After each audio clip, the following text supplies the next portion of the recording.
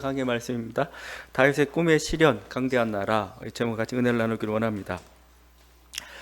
다윗이 이루었던 이런 왕국, 이 왕국은 단순한 왕국이 정도가 아니죠. 바로 우리 메시아 신앙의 모델이 되는 그런 왕국입니다. 그리고 이스라엘이 굉장히 어렵고 아주 곤고한 가운데 포로되고 비참한 가운데 빠졌을 때 그들이 그리웠던 나라는 바로 다윗 왕국이었습니다. 다윗 왕국을 회복시켜 주옵소서. 그게 그들의 기도가 되었고 그게 바로 메시아 신앙으로 발전했던 것이죠. 이런 이유가 뭐냐면 바로 오늘 말씀 읽은 대로 다윗 시대가 가장 강성했던, 이스라엘에서 가장 강성했던 그런 시대였기 때문에 그렇죠. 그 강성함이 잘 드러난 게 바로 오늘 말씀인데, 다윗의 정복 사업입니다.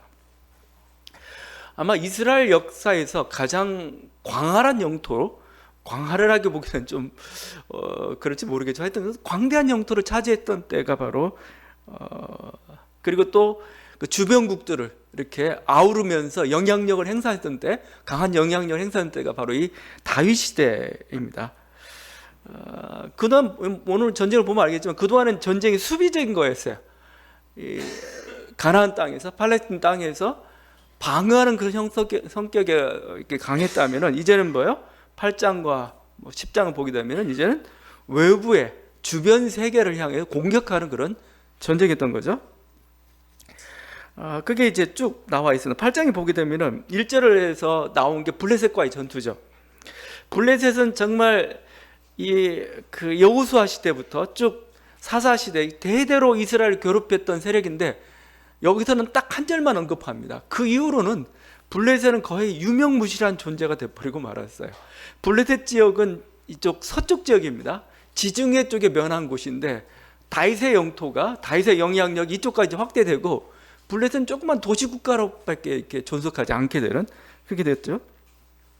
2절에 보게 되면 동쪽에 있는 적들이 모압입니다. 모압과 암몬인데 모압을 향해서 모압을 완전히 복속시켜버리죠. 그리고 10장에서는 암몬에 대한 이야기가 잠깐 나옵니다. 한 장에 걸쳐서 좀 크게 나오긴 하지만 암몬의 반발도 잠재우면서 이 동쪽 지역도 이렇게 평정하게 되는 거죠. 3절에서 8절에 나오는 소바 왕국은 북쪽 왕국입니다. 북쪽에 있는 북동쪽에 있는 왕국인데 여기에서 싸움에서 승리를 거두게 되죠. 그러니까 9절과 10절에 보게 되면 또 하맛이라는 왕국이 있었는데, 이건 이제 메소포타미아 근처 그 상류 쪽에 있는 그런 유프라테스 강 바로 그 상류 쪽에 있는 그 왕국인데, 거기서 보여요.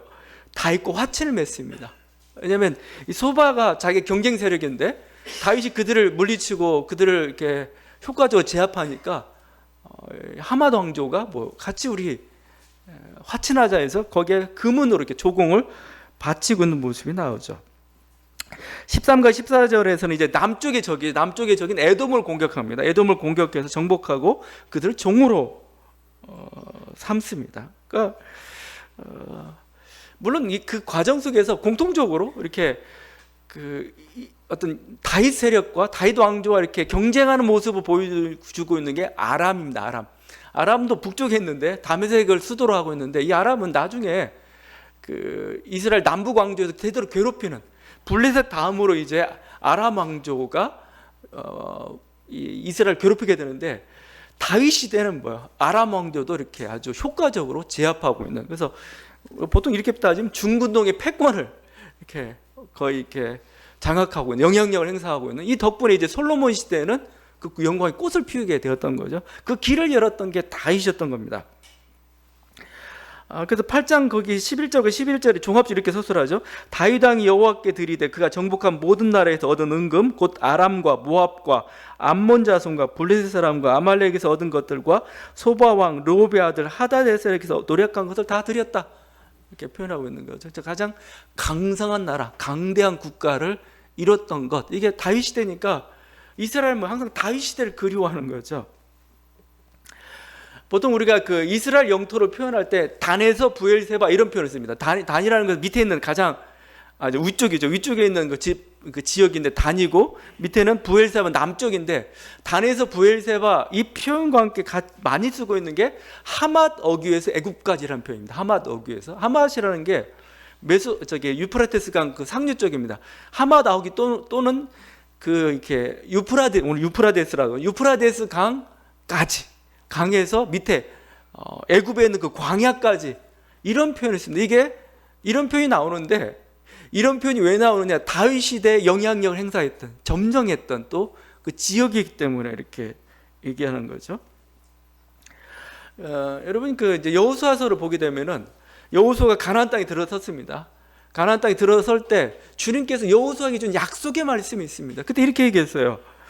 내가 모세에게 말한 바와 같이 너희의 발바닥으로 밟는 곳은 모두 내가 너희에게 주었노니 이 곧 광야와 이 레바논에서부터 큰 강 곧 유브라데 강까지 해쪽석에 온 땅과 또 해지는 쪽 대해까지 너희 영토가 되리라.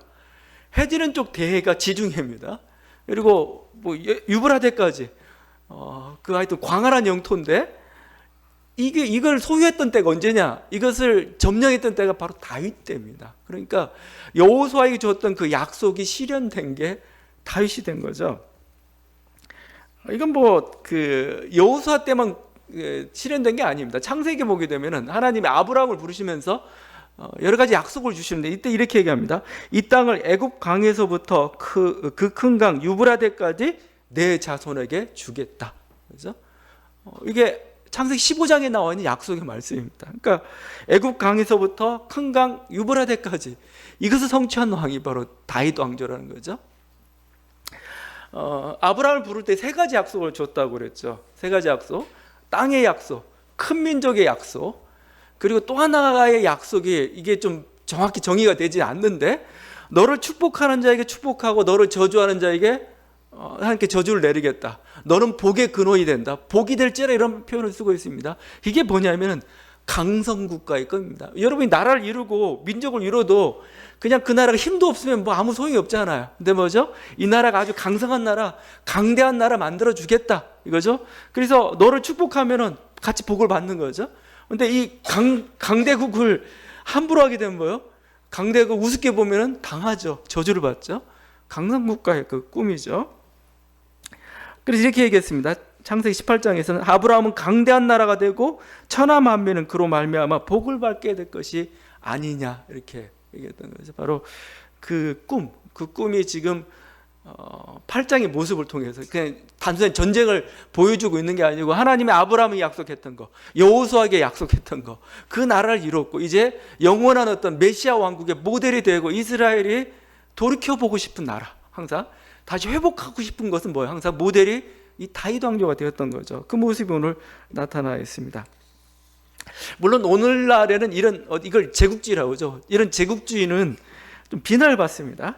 그러나 고대 사회잖아요. 고대 사회고, 어떤 고대 사회에서 민족이 자신의 영향력을 이렇게 확장하고, 또 어떻게 보면 이렇게 영역을 확장하고 큰 영향력을 행사한다는 것은 정복 사업을 통해서만 가능한 거죠. 어떻게 보면은 그 당시 사회와 어떻게 보면 상황과 윤리 속에서는 타당한 일이었고 그렇게 받아들였고, 그래서 그게 하나의 제국주의 모습으로 나타나고 있지만, 그게 하나님께서 어떻게 보면 자신의 복을 주시는 방법이었던 거죠. 바로 그 복이 바로 이렇게 이스라엘 민족에게 이렇게 실현되고 있습니다.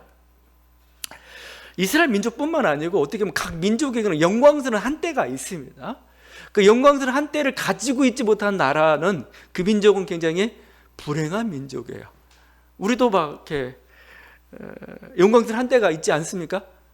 여러분 그린 나라가 어떤 나라예요? 우리나라 딱 하게 되면은 몽골 사람들은 아직도 징기스칸을 그려요. 징기스칸.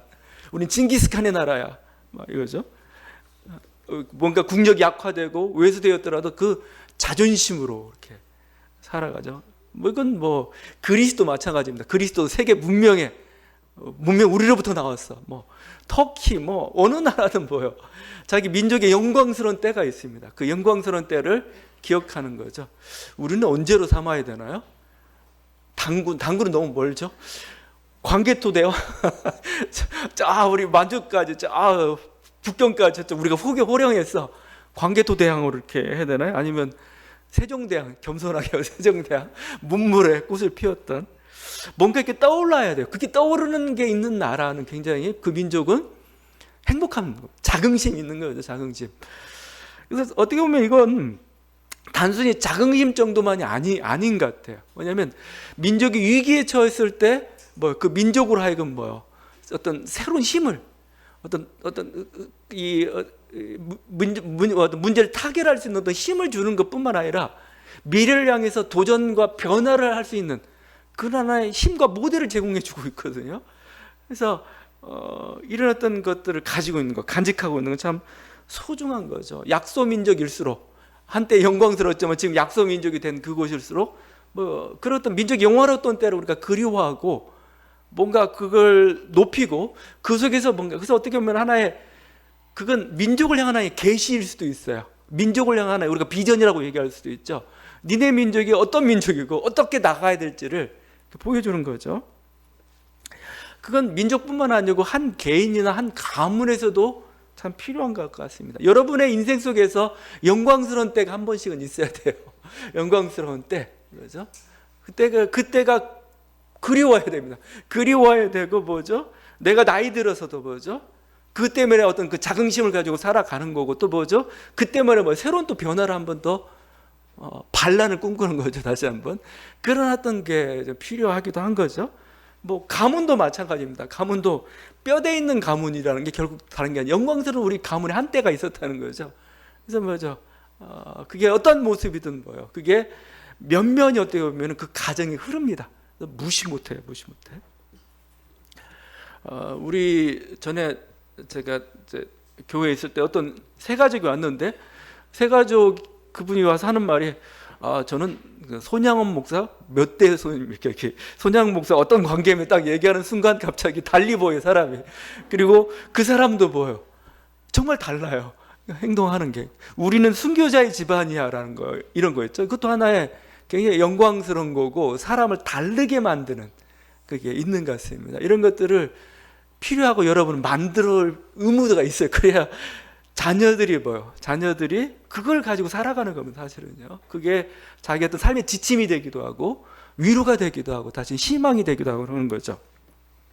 바로 그러한 것을 이뤘던 게 이 다윗 시대고, 두고도 그래서 다윗이 하나의 모델로서 이렇게 작용을 하고 있습니다. 다윗의 이런 어떤 아름다운 모습도 있는 반면에 오늘 말씀에서 보게 되면은 계속 어떻게 보면 제가 성경 같이 이렇게 사무엘 상하를 나누면서 했던 바이기도 하지만 다윗은 그래도 정치가예요. 세속 정치가라는 겁니다. 그래서 저는 그 세속 정치에 대해서 우리도 무시할 수 없습니다.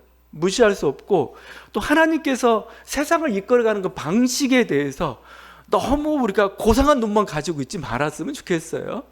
그게 정말 심각한 악이 아니라면은 하나님은 뭐요? 그냥 세속적인 방식을 통해서 자신의 뜻들을 이루어 갑니다. 다윗은 바로 그 모습을 좀 보여주고 있어요. 우리 머릿속엔 다윗은 뭐 시인이요, 뭔가 성군이요 하니까 막 고상한 것만 있을 것 같은데 그렇지 않습니다. 다윗은 세속 왕임을 우리는 잊지 말아야 됩니다. 그에게서 뭐 어떤 산상수훈적인 어떤 정치를 기대한다는 것은 조금 좀 넌센스 같습니다. 또 무리한 요구이기도 하고 그렇죠. 뭐죠? 이렇게 중국에서 우리가 요순 시대를 그리워한다. 뭐 중국 항상 복고적이죠. 요순 시대가 이렇게 동양사회에서 하나 모델이 되었습니다. 물론 그가 벌였던 어떤 인해 정치들, 여러 가지 백성과 함께하는 모든 정치들 뭐 필요하지만 그걸 그냥 하나의 윤리로만 바라보지 말고 하나의 테크닉으로 바라볼 수도 있어요. 왜냐하면 요순 시대가 이상으로 가했던 정치 철학인 거죠. 정치 정신들이죠. 그게 하나의 효과적인 통치술이었기 때문에 그게 성공했던 거고, 그냥 하나의 테크닉을 볼 수도 있는 건데, 다윗도 그렇다는 거죠. 하여튼 우리가 세속의 정치에 대해서 너무 어떤 높은 윤리적 이상을 가지고 바라본다면은 현실력이 떨어질 것 같아요. 그게 이제 이 다윗의 전쟁 과정에서 나타나는 그 매우 폭력적인 그 태도 때문에 그런 거죠. 2절에 보면은 다윗은 모압을 정복하죠. 그러고 나서 이상한 장면이 나옵니다. 주민들을 다 엎드리게 합니다. 엎드리고 나서 줄자로 재가지고 3분의 2에 해당하는 데는 다 죽여버려요. 그러니까 3분의 1만 살리죠. 그러니까 그 주민의 3분의 1만 살렸다는 겁니다. 3분의 1 죽여버리고. 굉장히 폭력적인 거죠. 물론 다시 나름대로 논리가 있었겠죠. 뭐 고대사에 그러니까라고 했지만 굉장히 또 폭력적인 일을 저지릅니다. 5절에서는 아무렇지도 않다는 듯이 다윗이 아람 사람 2만 2천 명을 죽였다. 13절 다윗이 소금 골짜기에서 에돔 사람 18,000명을 죽였다. 10장 18절 다윗이 아람 병거 700대와 마병 4만 명을 죽였다. 아주 그냥 몇만 명 우습다는데 이렇게 굉장히 아무리 고대 전쟁이라고 하지만 사실은 다윗의 손에 너무 많은 피가 지금 묻은 거죠. 결국 이것 때문에 다윗은 성전을 짓지 못합니다. 하나님의 성전을. 역대기에서 이렇게 평가합니다. 여호와의 말씀이 내게 임하여 이르시되 너는 피를 심히 많이 흘렸고 크게 전쟁하였느니라. 네가 내 앞에서 땅에 피를 많이 흘렸은즉 내 이름을 위하여 성전을 건축하지 못하리라. 그리고 고대 사기 때 어쩔 수 없이 폭력을 쓸 수밖에 없는, 전쟁이기 때문에 폭력을 쓸 수밖에 없지만 지나친 폭력은 하나님께서 금하시는 바입니다. 그래서 이러면 단테의 신곡에 보게 되면 지옥 표현에 가면은 알렉산더 대왕이 지옥에 떨어져 있습니다. 어디에 떨어져 있냐면 피 끓는 강에 잠겨가지고 막 뜨거운 피 끓는 강에 거의 막 그게 어떤 그가 흘린 피의 대가일 수도 있는 거죠. 이게 바로 어떻게 보면은 그 불가피한 일이지만 너무 지나쳤던 모습이고, 그리고 또 그걸 또 현실 그대로 받아들이고 잘못된 것은 잘못된 평가를 또 내릴 수밖에 없습니다. 그래서 어떤 강성해지는 것하고 어떤 이렇게 윤리적인 것이 같이 가면 좋겠는데 그게 쉽지만은 않아요. 그러다 보니까 초대교회에서는 구약이 너무 폭력적이라는 겁니다. 너무 폭력적이고 좀 이렇게 비윤리적인 부분이 참 많아요. 그러다 보니까 구약 성경을 받아들이지 않겠다 이런 움직임도 실제 있었습니다. 구약성 폭력적이라서 도무지 우리 성경으로 받아들일 수 없다. 그죠? 자, 어떻게 보면 이게 시대의 한계일 수도 있습니다. 시대의 한계지만 그렇지만 우리가 여기서 바라봐야 될 것은 하나님 땅에 고고하게 아니 하늘에 고고하게 있는 그런 분이 아니고 시대의 한계를 안고 가면서 거기서 하나님의 뜻을 펼쳐가는 그런 분으로서 우리가 알아야 되는 거, 그런 하나님을 봐야 되는 거죠. 그래서 여러분이 이런 다윗이 이런 모습을 보면서 그 폭력을 배워야 될 게 아니고 그를 통해서 하나님께서 이루고자 하는 그 뜻들 있잖아요. 민족을 향해서 한 나라를 향해서 이루고자 하는 그 뜻을 먼저 우리가 살펴보는 게 더 중요한 거죠. 그렇지 않으니까 막 우리는 그냥 성경을 문자 그대로 받아들인다고 해서 다윗의 성군이 그 모든 행동이 다 옳다고 해가지고 그가 했던 어떤 소위 성전이라는 것, 폭력적인 행동까지 우리가 본받을 필요는 없어요. 그건 아니죠. 현대 윤리적으로 그것은 너무 잔인한 짓이고 잘못된 거죠. 그건 아닌 거죠. 자, 그런 가운데서도 빛나는 게 있습니다. 빛나는 게. 그게 8장 15절에 이렇게 되어 있죠. 다윗이 온 이스라엘을 다스려 다윗이 모든 백성에게 정의와 공의를 행할세. 그죠? 미슈파트와 체다카죠. 정의와 공의. 정의와 공의는 미슈파트와 체다카는 이스라엘 국가의 기치입니다. 우리가 보통 이게 신앙이다, 율법이다 이렇게 표현할 수도 있겠지만 한 나라를 틀로 보게 되면 마치 춘추 전국 시대에 어떤 인이라는 가지고 싸웠던 어떤 그런 나라가 있고 법이라는 걸 가지고 아니면 겸양이라는 걸 가지고 이렇게 싸웠던 그런 나라가 있듯이 이스라엘 국가가 내세웠던 기치가 뭐냐예요. 그건 정의와 공법입니다. 미시파트와 체다카죠. 이걸 가지고 국가의 기치를 삼았던 거고 그것을 전파하는 거죠. 이게 이스라엘 해야 될 사명이고 이게 이스라엘의 민족, 다른 제민족들을 복되게 만드는 길이었던 거죠. 왜 정의와 공의라는 것은 자기 민족만 행복한 게 아니고 모든 민족을 다 행복하게 할 때.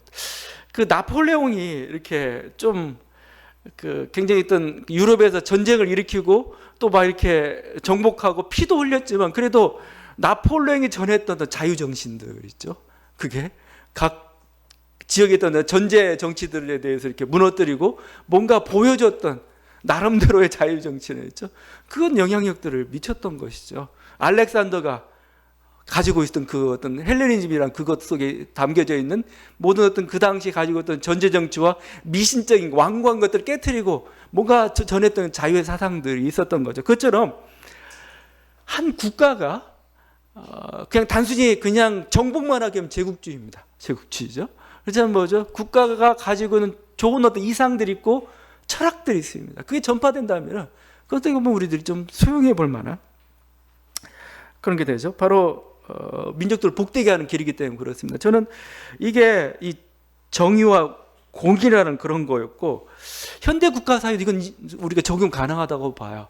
우리가 제국주의는 요즘 다른 나라를 침탈할 수는 없습니다. 그러나 우리가 영향력을 발휘하고 또 하나의 국가의 어떤 이념이랄지 가치로서 아주 수출하고 싶은, 저는 그래서 우리나라의 그 촛불혁명 같은 것은 수출할 수 있는 만한 좋은 가치예요. 여러분 3.1 그 민족 그 독립선언서에서 막 그 계속 우리가 얘기하는 거 보죠. 막 그 이런 어떤 이 아름다운 대의들, 우리 어떤 민족이 가지고 있는 아름다운 꿈들을 이렇게 펼치지 못한 거에 대한 안타까움을 이렇게 토로하고 있는 게 3.1 그 독립선언서에 나타나 있습니다. 그것처럼 뭐죠?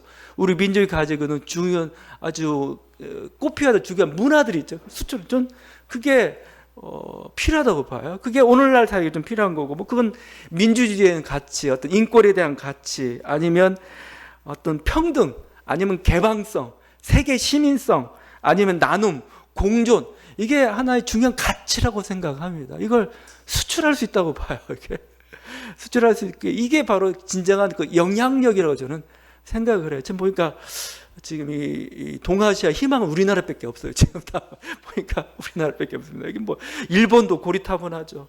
중국도 저렇게 폐쇄적이죠. 북한은 으르렁대고 있죠. 홍콩은 또 뭐 약화되어 있죠. 여기서 어느 정도 힘을 가지고 있죠. 그리고 뭐요? 중요한 가치를 가지고 있죠. 그 경험을 가지고 있죠. 이를 통해서 어떻게 보면은 이 동아시아를 아우를 수 있지 않나. 그게 사실은 어떻게 보면 우리들이 꿈꿔야 돼. 지금 어떻게 저기 만주 땅을 정복하고 어떻게 그거 해요? 그건 못하죠. 못하지만 영향력을 발휘할 수가 있습니다. 그게 어떻게 영향을 발휘하느냐? 정신적 가치죠. 문화죠. 어떤 세계 시민이란 말을 우리가 쓸 수도 있다고 봅니다. 세계 시민이란 말은 이미 3.1 독립선언에서 얘기했던 바이기도 합니다. 우리가 다 민족의 자결권을 가지고 뭐죠? 세계 시민으로서의 역할들을 감당하는 그런 그 사회를 꿈꿨는데 바로 우리가 어떤 그런 모습을 좀 할 수 있지 않을까, 이렇게. 그게 어떻게 보면은 지금 그 민족뿐만 아니라 다른 민족도 복되게 하는 그런 걸 좀 생각을 합니다. 하여튼 이 모습들, 우리들이 이걸 캐치를 해야 되지, 그냥 다윗이 가지고 있는 폭력성 그걸 가지고 우리도 정복하자, 요즘 지금도 성전이 필요하다, 이렇게 가서는 안 되는 거죠. 또한 다윗은 이렇게 주변 나라들처럼 관료제도를 만들어가고 있죠. 여러분, 관료제도라는 것은 사실은 이스라엘은 평등 공동체입니다. 12지파 형제 공동체인데 다윗 솔로몬 시대에 가면서 관료제도들이 나타나기 시작해요. 군사제도들, 그다음에 군사제도와 관련된 세금과 거기에 대한 어떤 세금 징수하는 것들, 뭔가 이제 그 지역의 어떤 이렇게 12지파가 자발적으로 다 어떤 뭐 이렇게 공존하면서 지역을 이렇게 수비하고 이런 체제가 아니고 이제 뭐 상비군들이 주어지고, 그래서 그 상비군을 통해서 이제 나라를 다스리고 또 행정장관들이 임명이 되고 더 이상 이제 지파의 수장이, 그러니까 뭐냐, 한 족장의 그 장로가, 리더가 그 지역, 그게 지도자가 되는 게 아니고 이 뭐 이렇게 왕궁에서 파견한 관료가 지도자가 되는 그런 시대가 관료주의죠. 그 관료 제도로 이렇게 되어가는 모습들이 거기 나오고 있죠. 거기 등장하는 인물들, 요압이 군사 분야를 맡고, 여호사밧이 뭐 사관이라고 했는데 사실은 세금과 군사 동원과 관련된 그것입니다. 또 제사장직을 임명하고 아비아달과 사독, 또 특이한 게 하나가 더 있는데 다윗의 아들들을 사제로 세운 겁니다. 8장 18절입니다. 개역 성경은 그냥 다윗의 아들들은 대신이들이 되니라 이렇게 되어 있어요. 다윗의 아들들이 18절에 대신들이 되니라라고 번역하여 있지만 표준 세 번역은 좀 다릅니다. 표준 뭐라고 표현했냐면 다윗의 아들들은 제사장 일을 보았다 합니다. 제사장 일을. 이거 뭐가 맞아? 둘 다 맞습니다. 왜냐하면 우리 구약 성경이 두 개가 있어요. 하나는 히브리 텍스트입니다. 우리가 이걸 항상 주된 텍스트로 생각하는데 거기서는 코헨이라는 단어를 써서 제사장이라고 얘기하고 있습니다. 그런데 헬라어로 번역된 이 구약 성경은 70인역에서는 대신들로 약간 완화시켜 놓고 있어요. 왜 그랬을까요? 다윗은 이미지 때문에 그렇습니다. 다윗은 왕은 될 수 있지만 제사장이 되면 안 되거든요. 근데 자기 아들들을 제사장 삼았다고 하면은 좀 이상하잖아요, 이거. 실제 근데 다윗을 보면 실제 마치 제사장처럼 행동했던 때가 있었어요. 우리가 다윗을 보게 되다 보면 어떻게 보면 70인역이나 우리 한글 성경은 계속 히브리 성경 가지고 그걸 텍스트로 번역을 하다가 여기서는 갑자기 70인역을 참조해가지고 대신들로 바꿔버렸습니다. 의도가 뭘까요? 다윗을 좀 옹호해주고 싶은 거예요.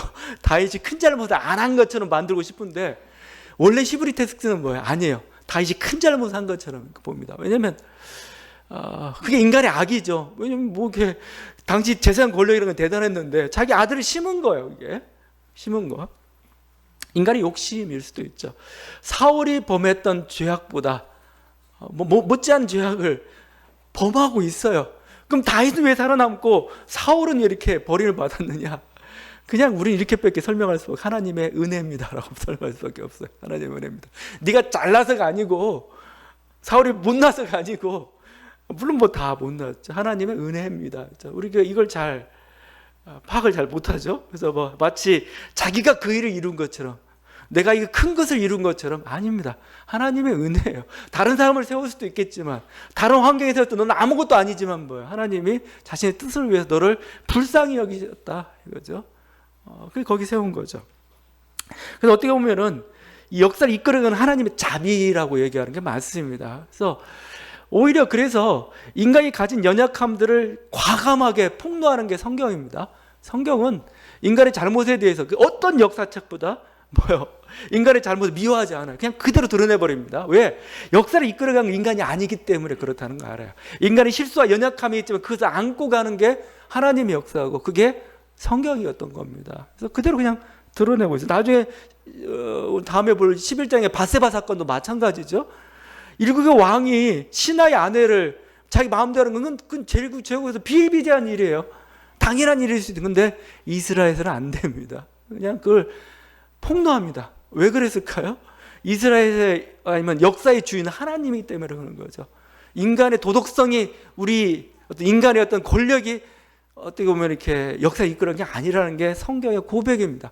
우리도 그런 고백을 하고 있는 거죠. 지금 역사나 인생을 바라보면서. 그래서 많이 나오는 단어 중에 하나가 은총이라는 거죠. 은총. 9장 1절에 있습니다. 다윗이 이르되 사울의 집에 아직도 남은 사람이 있느냐? 내가 요나단으로 말미암아 그 사람에게 은총을 베풀리라. 10장 2절 다윗이 이르되 내가 나하스의 아들 한운에게 은총을 베풀되 그의 아버지가 내게 은총을 베푼 것 같이 하랴. 은총은 헤세드입니다. 헤세드인데 자비의 인자라고도 표현할 수가 있어요. 그러니까 다윗이 자비 인자는 뭐냐면은 강자가 약자에게 베푸는 관대한 태도입니다. 헤세드죠. 이게 헤세드의 근본 뜻은 강자가 힘 있는 사람이 약자들에게 베푸는 관대한 태도. 이게 바로 헤세드죠.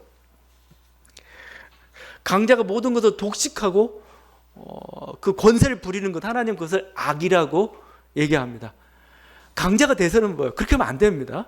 약자에게 베풀어야 됩니다. 아모스나 이 강대국을 하나님께서 심판하고 강대국에 대해서 이렇게 뭐라고 이렇게 하나님 이렇게 하여튼 그 심판의 근거로도 드는 건 뭐냐면 너희가 약소 민족에게 잔인하게 대우했다 이겁니다. 약자를 함부로 했고 또 강자는 헤세드를 베풀어야 되는 건데 지금 다윗이 그 일을 하고 있죠. 그래서 거기 무비보셋이라는 아주 사울의 후손이지만 어떻게 보면 이렇게 전쟁 와중에 여러 가지 혼란 와중에 두 다리를 못 쓰게 되었습니다. 장애인입니다. 그를 그 사울의 모든 권리를 회복시켜주고 자기 이렇게 그 상에서 같이 음식을 먹게 만든 하나님의 어떻게 보면 측근을 만든 거죠. 물론 무비보셋은 조금 이렇게 그건 있었어요. 좀 무비보셋 입장에 보면 좀 처량하죠. 왜냐하면 이렇게 마치 볼모라는 거죠. 사실은 다윗 편에서는 다윗도 약간 의도가 있었겠죠. 단순히 내가 아주 나는 관대함을 보여주기 정도만 아니고 얘를 붙잡아 두는 모습 뭐죠? 사울 지파들을 자기 편으로 끌어들이고, 또 이 사람은 또 장인이라서 반발을 또 꾀할 수도 없습니다. 그냥 꼭두각시 하나님 앞에다 놓고 정치하려는 정치적인 의도도 있겠지만, 하여튼 무비보셋 편에서는 뭐 그렇게라도 사는 게 사실 어떻게 보면은 최고의 삶인 겁니다. 일단은 목숨을 부지할 수 있고 어떻게든 이제 살아남을 수 있는 그런 모습인 거죠. 하지만 하여튼 내가 강자 유치했는데 내가 그냥 마음대로 한다, 안 되는 거죠.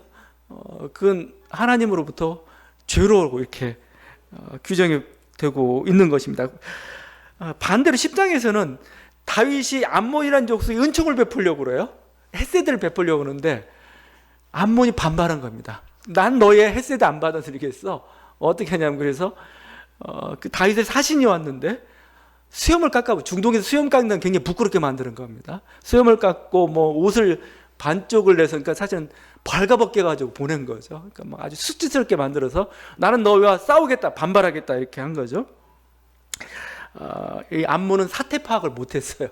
누가 지금 강자인지를 모르죠. 오히려 다윗을 저주하다가 뭐죠? 자기가 저주를 받은 그런 민족이 되었던 게 이 암몬이 이렇게 되었던 거죠. 계산을 잘 해봐야 되죠. 내가 지금 어느 정도 강한지, 저쪽이 어느 정도 강한지, 그래서 싸움이 되는지 안 되는지 계산해보고, 안 되면 날짝 수그리는 게 좋습니다. 우리가 미국의 헤세드에 지금 항상 날짝 수그리고 있죠. 그래서 북한 항상 남쪽 보면서 니네는 좀 비굴하게 뭐냐 맨날 얘기하는데, 비굴하게 사는 게 우리들의 처세술입니다. 우리는 그냥 이렇게 비굴하게 살면서 자 붙어서, 그러자 어느 정도 힘이 있을 때는 어느 정도 힘을 좀 써야 되죠. 헤세드가 있지만 그거에 대해서 어느 정도 무조건 그 민족 주체성만 강조해서도 안 되겠지만, 또 민족 주체성이라는 것도 강한 거지. 계산을 잘 해봐야 되는 거죠. 또 해야 될 때인지, 해도 될 만한 때인지 보면서 가는 것, 이게 필요한 거지. 그냥 무작정하고 그냥 가는 것도 굴종일 수도 있는 거죠. 하지만 지금 암몬은 그걸 실패한 거죠. 이건 사실은 인간과 하나님 사이에서 항상 붙는 문제이기도 그래서, 하나님 강자예요. 강자이기 때문에 인간에게 헤세드를 베풀기를 원해요. 우리는 그 하나님 앞에 약함으로 나아가는 거죠. 어떻게 보면은 우리는 어떤 인생의 어떤 닥친 문제 앞에 전부 약자들입니다. 강자들 없어요. 대부분 다 강한 것 같은데 인생에 새로운 문제가 오고 도전이 오면 참 힘들어요.